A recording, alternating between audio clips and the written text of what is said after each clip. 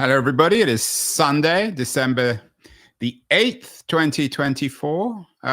3 days ago, on Thursday, December the 5th, Donald Trump announced that he will make David O. Sacks the White House AI and crypto czar with a C, not an S, C-Z-A-R. I'm not sure whether that's favor to his friend Vladimir Putin. Anyway, this appointment is on the cover of That Was the Week, the excellent technology newsletter put together by my friend Keith Teare. He, using his AI art, has David Sacks dressed up, I'm not sure, as Napoleon or some sort of general or czar. Keith, is this a big deal? What do you make of the appointment of Sacks? A czar is a king, remember? So, well, a Russian king, which is Russian a particular king, yeah. kind of king, right? Yeah. I think it's dramatic, actually. I think David Sacks it's dramatic for AI and it's dramatic for crypto. How dramatic it is for the average human being is a altogether different question. But for AI and crypto, it's massive. It gives him a lot of power in two fields that he's an investor in. And, there is an argument that says he's conflicted, but I would take the other side of that and say he's knowledgeable. And therefore, what he's likely to do in crypto and AI probably is going to be door opening for both of those platforms. It's only 1 day a week, by the way, so it's not a full-time role.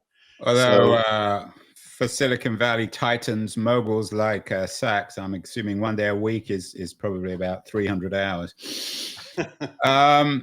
It's almost as if when we were thinking about the dot-com boom, it's almost as if Bill Clinton appointed Jerry Yang as head of the internet. Of course, that didn't happen. Is this symbolic, Keith? I know you touch on this in your editorial this week, that Silicon Valley has now formally arrived in Washington, D.C., maybe thinking of that Russian czar. They've occupied Berlin, or they've occupied Paris. I think part of Silicon Valley has. There's a lot of Silicon Valley that is still appalled and will focus on the downside of all this. Probably the majority of Silicon Valley will focus on the downside. But I think an increasing number of people are focusing on the upside, me included, and I see others doing the same. So I think it has arrived. More important than that is that government and industry, the relationship to date has been a lobbying relationship where industry lobbies government, and politicians and industry don't really think together about solving problems. This is more profound for the fact that is changing. Trump is open to taking people in the know and putting them in positions of authority. Of course, they can't do anything without his approval. Right, although some people might say his expertise is bringing people not in the know to power. Tell me more about Sacks. I know there was an interesting piece a couple of months ago by Simon Cooper, a South African born, or certainly his father was South African, FT columnist, excellent writer, who seemed to think that Sacks and Musk, as ex-South African people, were somehow a reflection of apartheid thinking. I know you strongly disagree with this, but Sacks does have a South African background. Yeah, I mean, the right answer to that is and ... So what? I mean, I'd say he's a fairly average Silicon Valley entrepreneur. I don't think. Well, he's a bit more than average, Keith. He's one of the, for better or worse, you may not like him or you may love him, but he's one of the stars. He's one of the most successful entrepreneurs in Silicon Valley. Well, Silicon Valley isn't average. So to say that he's average doesn't mean he's average in a world sense. But within Silicon Valley, he's certainly not an Elon Musk. Well, there's only one Elon Musk. He's not a Sam Altman, but he's below. I mean, if they're the top rank, he's the next rank below, isn't he? Not really. I mean, look, what did he actually do? He built Yammer, which was a copy of another piece of software called Twitter, and he customized it to enterprise use. it never really took off. Microsoft bought it and eventually closed it down. So he's not exactly a product genius, but he made a lot of money doing things at the right time, and he's clever. So he's leveraged that into influence and investing. And it is true to say that by now he's climbed the ladder to be quite important. I even think the All In podcast has been a fantastic platform for him. That podcast is Would you put him on the same level as Jason Calacanis and Chamath, his fellow podcasters on All In? Well, if I was to rank the All In, it probably would be Chamath first, David second, Sachs third. Sorry, I don't mean I mean David Friedberg or Friedberg, however you pronounce that. David Sachs third, and Jason, who's really doesn't even claim to be in that group. He's more of a compere, a very good one as well, at the bottom. So, I want to say this just because what Sachs has achieved doesn't require crazy success. He's achieved it through deliberative work, hard work, modest success transformed into great success when he became an investor. And he's just I think he's a regular guy in Silicon Valley. How does he compare with Andreessen? I mean, Andreessen Not seems even to close. be celebrating this appointment. Not even close. Andreessen's way ahead of him. But what he's done, and this might reflect for some people just pure political opportunism, others a dark political agenda, is he bet on Trump early. Is that fair? Well, he believes in it. That's why he's a pretty much a straight line conservative when it comes to government and spending. When you say he believes in it, does that mean he believes in rounding up immigrants? Does that mean he seems to? I mean, if you listen to him, he actually seems to believe in that. Not because he's racist, but because he thinks you need a border that's under control, and people who got across it because it was weak shouldn't be able to stay. So he's not exactly racist as much as he is operational and about it.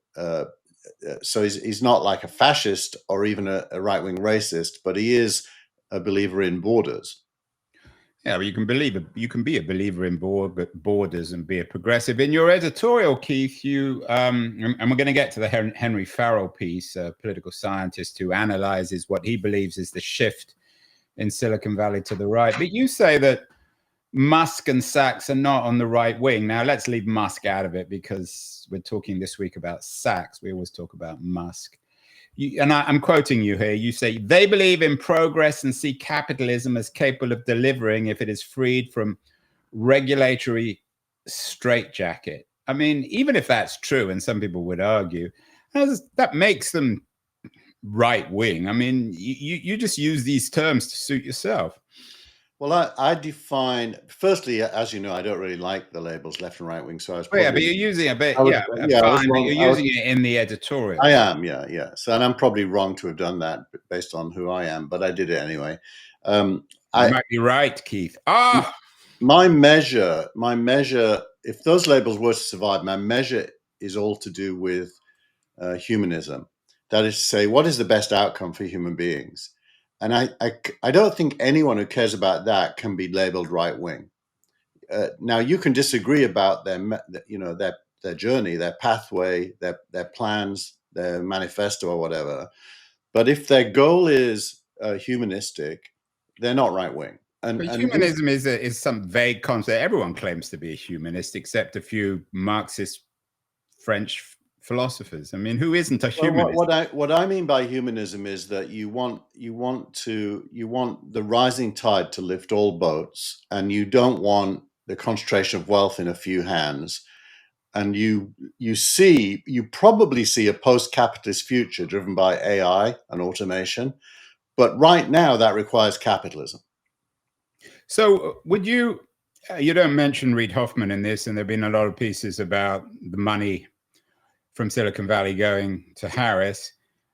Is there any, in your mind, ideological distinction between a Reid Hoffman or a Chris Sacca and a David Sachs? The main difference is the how to get there, not where we're going. So I do think there are differences about how to get there. I was watching Meet the Press this morning, and Trump was interviewed and talking about health, and it occurred to me that he should actually recruit Mark Cuban and Reid Hoffman into his group, because they would contribute something, especially Cuban on health, where Trump's goal is better health delivered more cheaply, which is exactly Cuban's goal. Although I'm not sure Cuban or Hoffman would particularly want to work with JFK Jr., but that's another story. That might be an interesting... It would depend on what influence they had. I mean, I don't think Reid would say no to influence if it was real. So I think the question is it real?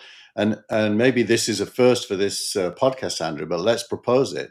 Bring in Cuban and Hoffman inside the tent and give them some authority. Yeah, I mean, the last thing I read about Hoffman is he was considering leaving the country because he feared retribution. It'll be interesting to see which side of Donald Trump we see, whether it's the revengeful side or the more creative side. It's still way too early to tell. He did, back, sorry, Andrew, just for what it's worth, he did commit this morning on the record to not seek retribution.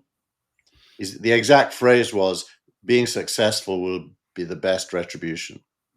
Yeah, we will see, Keith. But let's talk about this shift to the right. One of the links you have is Mark Andreessen suggesting that, and I'm quoting him here, big tech spent a decade doing everything possible to be the best conceivable progressive ally.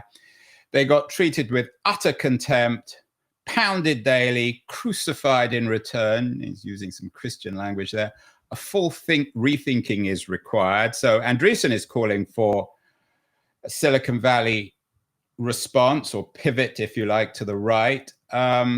Henry Farrell, a Washington, D.C. based and influential political scientist, has a piece that you link to. Why did Silicon Valley turn right? So there is a growing consensus that Silicon Valley has turned right. I know you've got these rather odd definitions of what right and left wing is, but something's going on in Silicon Valley. There's something in the political water, isn't there? Yeah, I mean, I think Andreessen's thing you could just take as bitter narrative, but I think the Henry multi-billionaires I never quite understand why a man of Andreessen's power and wealth and success should be so bitter, but that's another story. Well, he's basically a child in a man's body when it comes to these fights, and it is what it is. I actually am not against him for being like that. It's honest. It's who he is. And Musk is the same, isn't he? Musk is Andreessen with hair and children. Yeah, but that's fine. But Farrell's a bit different, and what Farrell does is he questions the default narrative, which is that the Valley is reacting against the Democratic Party for being so anti-tech, and he says that something more profound is going on. Yeah, he talks about the end of what he calls, and I'm not sure if this is his term, the Silicon Valley consensus. Yeah, and you do see that. I mean, it's hard in these moments to understand what the future might look like, but the present contains, backward-looking romantics who yearn for a Silicon Valley as it was. I'm a bit one of those. I kind of look back to when I first came here, and I kind of feel good about it, and it feels less certain now.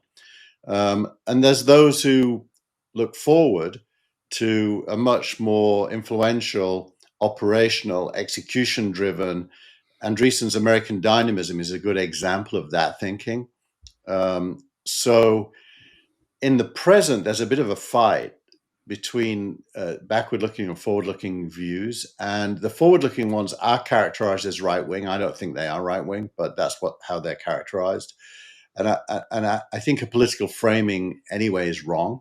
I think it's more of a technical so for framing. You then, coming back to this term right wing, it's a term for you that's bad, and you seem to think that anyone who believes in progress is good. So what is give me an example of someone who's right wing. I would characterize, well, firstly, I don't like the label, so it's hard for me to answer. Okay, let's pretend I do. I associate right wing with wanting to freeze privilege and protect it. And there are, and this is not a political show, but there are a lot of people who argue that Silicon Valley has arrived in Washington, D.C., Musk, Sachs, Andreessen, and they will use the Trump regime to simply amass more economic power, protect their own privilege, their own monopolies. I mean, that is a credible argument, Keith, isn't it? It may not be right, but there is some evidence for that.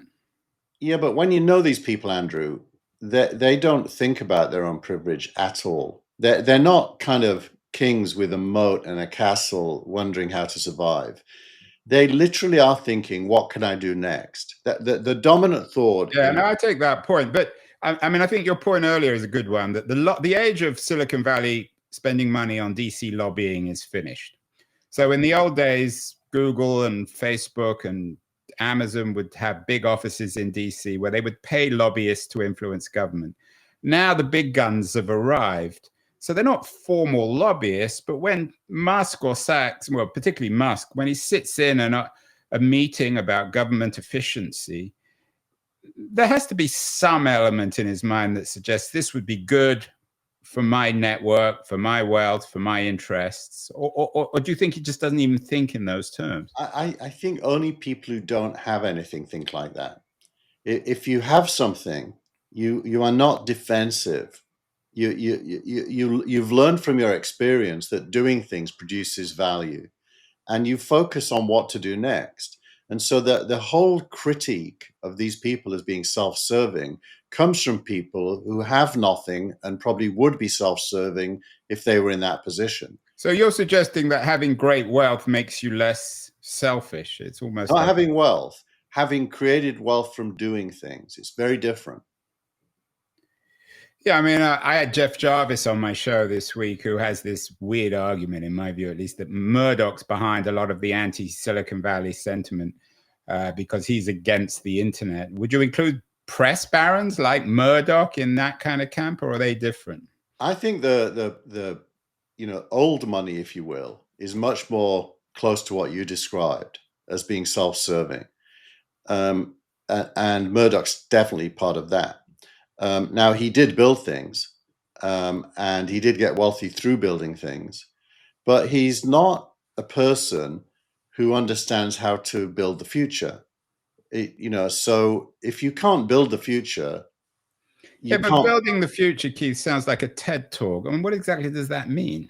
Well, it means taking all of the advances in human capability and putting them together into new things that serve us collectively.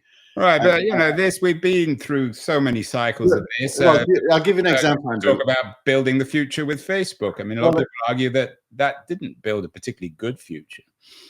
Well, I think there's a nuanced understanding there. I mean, look, at the bottom line, Murdoch didn't create YouTube. He didn't create Substack or anything close to those things. He didn't even buy some. I mean, he bought, which one did he buy that failed? Yeah, exactly. So, and Zuckerberg, to his credit, has produced Llama, which is a world-class AI model that you can download for free.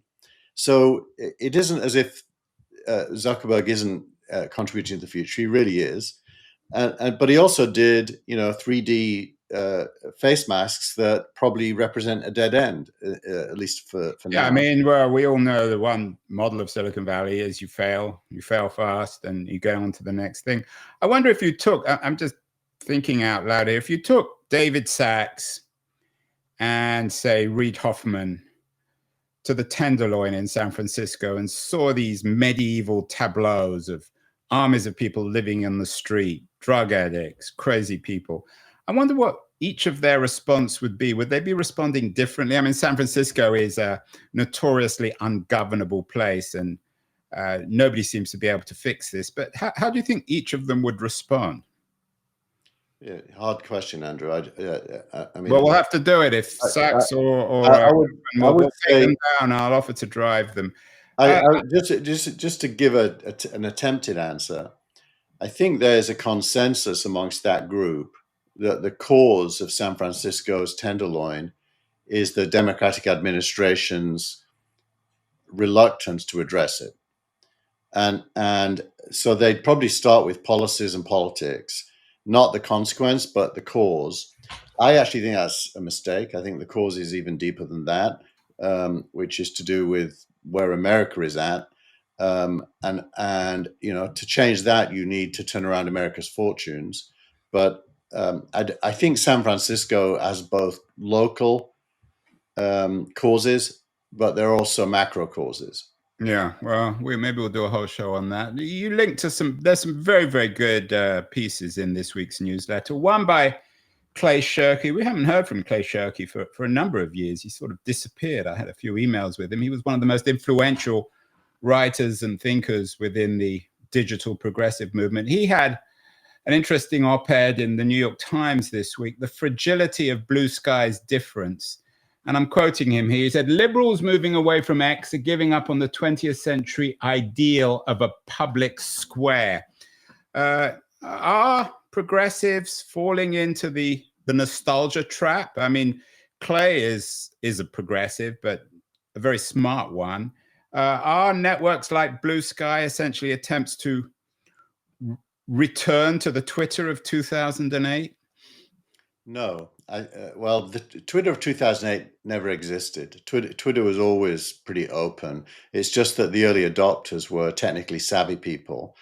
But also there was a lot of agreement, there was agreement about in the old day when I was on it, or at least actively on it. Well, there was agreement about technology. That I don't know if there was any real political discussion in those days, to be honest. But I think Clay Shirky's sentence you read out is the best sentence in the piece. I'm not sure the whole piece really stands up, but that sentence does. And I would question the word progressives. I think it's identitarians, people who are believers in identity politics and believers in seeing the world through the eyes of minorities, not everyone. Can't stand being in Twitter because they get offended that there are different points of view there. And so they're seeking a space where they can meet themselves. Shirky makes the point that, the people they don't like are going to show up sooner or later if it's successful, and they're going to have to deal with it. And so the real underlying question that Shirky puts on the table is, how do you deal with difference of opinion in a world of digital? I mean, I went on Blue Sky because everybody else went on. I have to admit, it's really annoying because it's just echo chamber. I mean, maybe it's the people I follow. I'm not even sure why I follow them, but echo chamber progressivism, not a lot of debate. Let's just quickly go back to Henry Farrell. He's a man of the left. What does he want? Is there anything in his piece that suggests this is what we want? We know what Trump wants. We know what David Sachs wants. We know what Mark Andreessen wants, and they're getting it, certainly for the next 4 years. There is the sort of the reactionary progressives who simply want to go back to 1998 or 2008, which of course is impossible. Farrell seems a little more intelligent. Is there anything constructive in his argument about what progressives should embrace in this new world? I don't think there's anything as precise as a list of things, but there is a kind of a reading between the lines narrative, which is roughly that Democrats need to re-embrace the neoliberal stance he describes it on markets and trade. And they need to understand the new intellectual frameworks for thinking about the world and America's place in it, and the role of technology in shaping that in a positive narrative, not a negative one.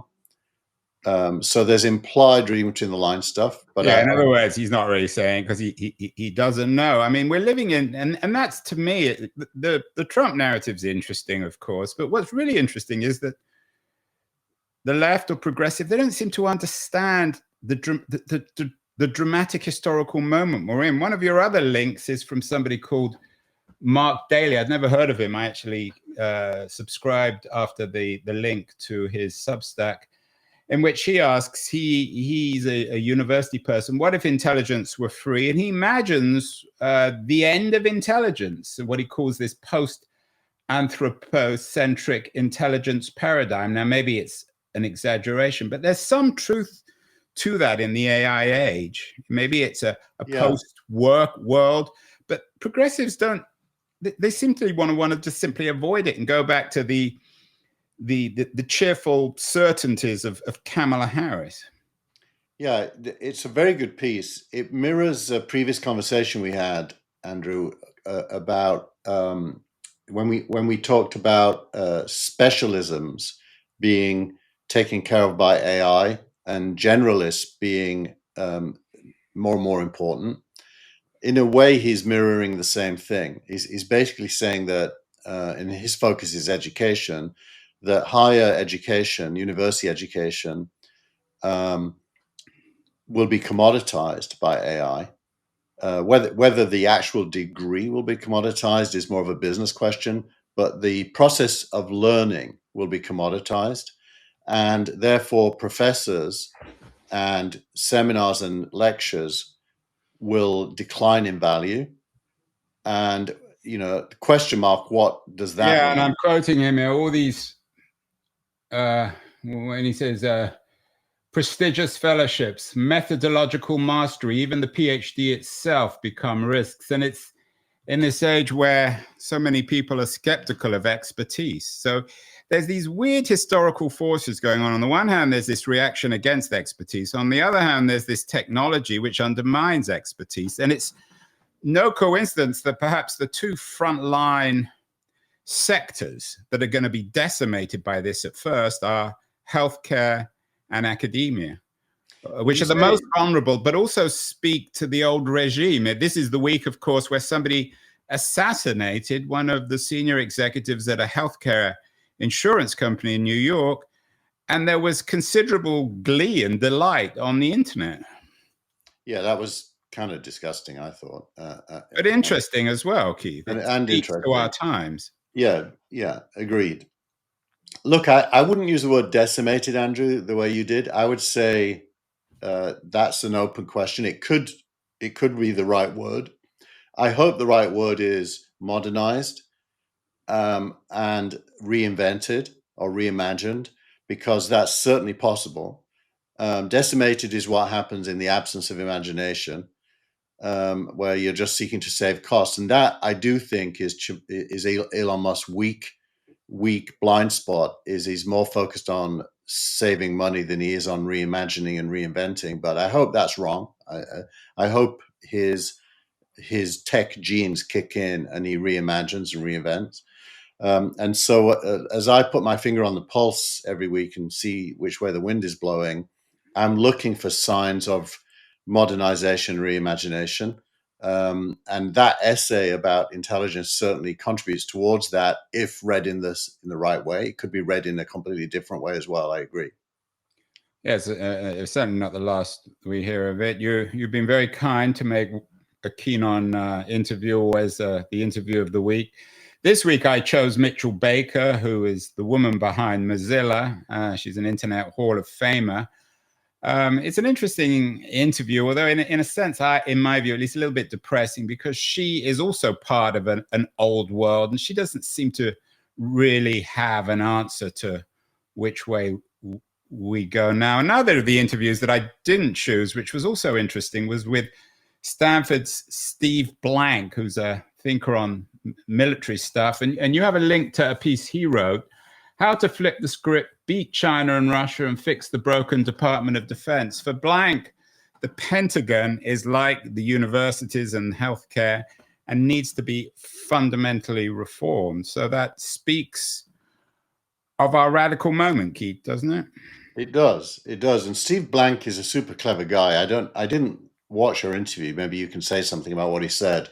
But people need to watch. I'm not going to give it away. People watch. It was episode 2262, and I entitled it "Steve Blank on How to Hack the 21st Century." In an odd way, I mean, if I was going to be unkind to Mitchell Baker, hers was on how to hack the 20th century. So Blank is basically saying the Department of Defense has to allow civilians to control innovation in warfare, which is kind of interesting. He's basically saying that the permanent Secretariat of the Department of Defense and the political heads aren't capable of understanding what's possible. And in order to succeed, they need to bring in civilians, like Palantir, one would guess, or the other guys, I forgot their name, begin with A. Of course, there's Peter Thiel and another, I know you don't like this term, but most people describe them as very right-wing. Yeah, but that's another sign of this big overarching theme of government and industry working together. Well, that's the euphemism, but actually it's just as David Sachs has arrived in DC, it's Peter Thiel and the Palantir guys arriving in DC, arriving in the Pentagon and reshaping it. There's a book actually called Unit X written by a couple of Silicon Valley-based technologists, which is on the FT shortlist of best business books of the year. I think it's going to win it. It's perfectly timed. It's a very good book about this experiment of creating what they call Unit X within the Pentagon that imports Silicon Valley thinking and technology into how run the Pentagon. But for some people, of course, Keith, this is really chilling. I mean, we rely or we trust government to make the right decisions. Do we want Thiel or Musk or somebody else, Mark Andreessen, to be deciding whether or not we go to war? I don't think they'll be deciding, but I think they'll be contributing thinking to the question of how and what, not whether to go to war, but how and what with, and you kind of want the minds that are most aware of current possibilities to be answering. The best and the brightest. I remember that term, Keith, from the 60s, Robert McNamara, and it was him and those kind of smart people, quote unquote, who dragged America into Vietnam. Well, look, I'm an unashamed globalist. I don't believe nation states should go to war, and I think the human race would be best served at a global level by figuring out the better use of resources. But I'm also aware that's an idealistic point of view that isn't likely to happen anytime soon. So then you want to make sure the backward-looking trends in the world don't succeed. Yeah, and in a way, it's been such an odd week. Remember all the hysteria over the Arab Spring? Clay Shirky was one of the people who argued that. This week, the Assad Syrian regime collapsed in about a day, and there's no celebration on the left. Zuckerberg isn't claiming victory. Nobody's claiming victory because no one knows what's going to happen next. So we're living in, and I'm usually a bit skeptical of saying these sorts of things, but we're living in particularly, and whether you call it exciting or turbulent times. Well, not to shock our audience, but, and I don't know enough, I'm dangerous in this area, but let's just say my uneducated, instinctive set of thoughts is that Assad is a little bit like a Saddam Hussein, that is to say, a Ba'athist, a secular leader, and the rebels, in quotes, which always you imagine when the word rebel is said, these are good people, better than the people they're replacing. But historically in the Middle East, the rebels have been backward-looking Muslim fundamentalists who, once they get in power, end up creating an even worse situation. I don't know about these rebels. I know nothing about them, but I would certainly want to ask the question, who are they? I'm not sure it could be much worse than Assad. And meanwhile, we've always been warned by the Biden administration of how, and by Trump, of the Iranians and the Russians and Hezbollah, but they don't seem to be able to even maintain the Assad regime. Anyway, this is not a politics. A startup of the week, Keith, and your old friend Elon Musk features here. Of course, his SpaceX is exhibit one in terms of how private organizations are replacing state organizations like NASA. xAI landed $6 billion of new cash to fuel the AI ambitions. Is xAI, is it an also ran here, or is it a real player in the AI race? I think it is. This will shock you, Andrew. And I say this having listened to this week's All In podcast that had two new members, one of whom was highly educated on what's going on at xAI. I think it may be ChatGPT's first genuine replacement. What Musk has done. You're the one who doesn't even believe it's conceivable to compete with OpenAI. You've been talking about it as a multi-trillion-dollar company. And Well, nothing I'm saying now probably changes that, but it does mean there may be more than one. What XAI has done by buying 100,000 GPUs from NVIDIA is solved a problem no one else could solve. What happens is these things are neural networks, and what that means is every node has to talk to every other node. So if you have 100,000 nodes, each one has to talk to the other 99,900 in real time. And that's a massive networking communications problem. How do you link them together, and how do you get enough bandwidth that they can talk to each other in real time? Everyone thought it was impossible, and Musk did it in 90 days. No one knows how, apart from the insiders, but it seems like he's successful. And he's now stating that he's going to go to a million nodes, not 100,000. And if he does that, the ability of XAI will be far ahead, one assumes, assuming the scaling laws work, which they may or may not, far ahead of what ChatGPT can do. And everyone else apparently is scurrying around trying to figure out how he did it and whether they can copy it. And also in this context, this comes back to politics. You have a piece from Fortune, which is entitled by Sharon Goldman, OpenAI's Nightmare, What David Sacks' AIs Are and Elon Musk's Wingmen Could Mean for Altman's 157 billion startup. I'm guessing that Altman isn't particularly thrilled with the power of people, certainly Musk and even Sacks. Yeah. What's Altman's doing on the Trump front, and how are they dealing with all this uncertainty? He did a one-word tweet afterwards saying congratulations to Sacks, which I assume means he's got to go and kiss some ass. I wouldn't want to kiss David Sacks' ass. I wouldn't want to kiss my own personal preference. Yeah, but anyway, I think it's going to be super hard for Sacks and Musk to pursue their personal gripes with OpenAI through these positions. Musk is pursuing it through the courts, though, aggressively, and he probably will continue. We do have a question from the audience, Andrew. Do you think that Anthropic is relevant in the AI race? Their AI. Well, that's a Keith Tier question. You seem to still be a little bullish on Anthropic. Yeah.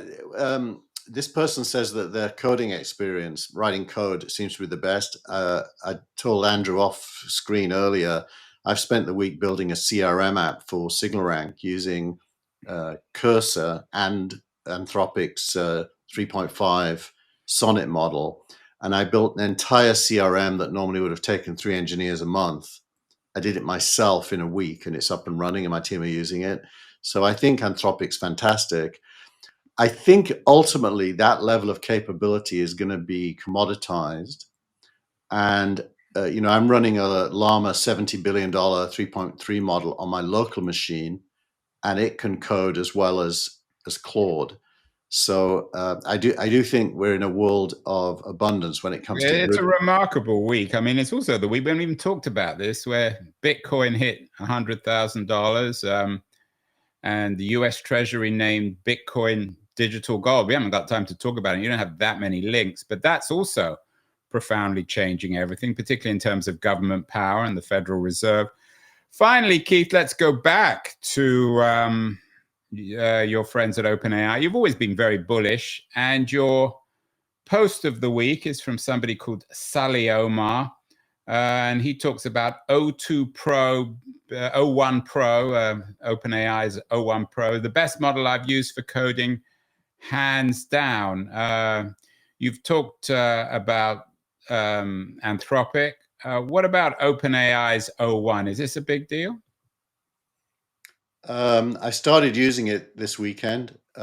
Too early for me to have an opinion, to be honest, but this guy, Sully, is a very trustworthy commentator, so I think it's likely to be really good. He's not the guy who brought the plane down. This is a different Sully, right? Yeah. By the way, they're on, we knew that OpenAI was at 3.5 billion, saying they were going to get to 11 billion in revenue next year. They've increased the price of their top model to $200 a month. I saw that. From 20. And I think people will pay it. I mean, with wearing my SignalRank hat, I'll be pretty happy if it's as good as he says, to pay $200 a month. So what do you get for 200? Is it only for programmers like yourself, or is it for ordinary you people? get you get more computer resources for reasoning, in quotes, and which of course isn't really reasoning, but we know what it is. It's Although they've also been, there was a piece this week, you didn't cite it, I don't think I sent it to you, about OpenAI also experimenting with advertising. They haven't experimented with it, but they said that you shouldn't assume they'll never have it. I think they're going to make so much money without advertising that it'd be stupid if they did. Well, it's been quite a week, Keith. That was the week. That was an astonishing week, and I think it will continue. I don't see no reason why anything's going to slow down. Do you think? What does it mean for your book on America, Andrew? What's your framing in your head? That's exactly. I mean, I'm optimistic about America, but every week it changes. Every week, I don't want to seem as a supporter of Sachs or Musk, but certainly what they're doing is interesting. I mean, I think it has to be acknowledged, and that progressives need to come up with an alternative, which isn't just a reaction going back to strong government or the certainty of the 20th century, because that's just not going to work. Yep. Agreed. Well, we will see, Keith. I expect more big news next week. Maybe the entire world economy will collapse. Maybe Bitcoin will go from $100,000 to $1. We will see. But much to discuss. Have a great week, Keith. And we will talk again next week. Bye, everyone.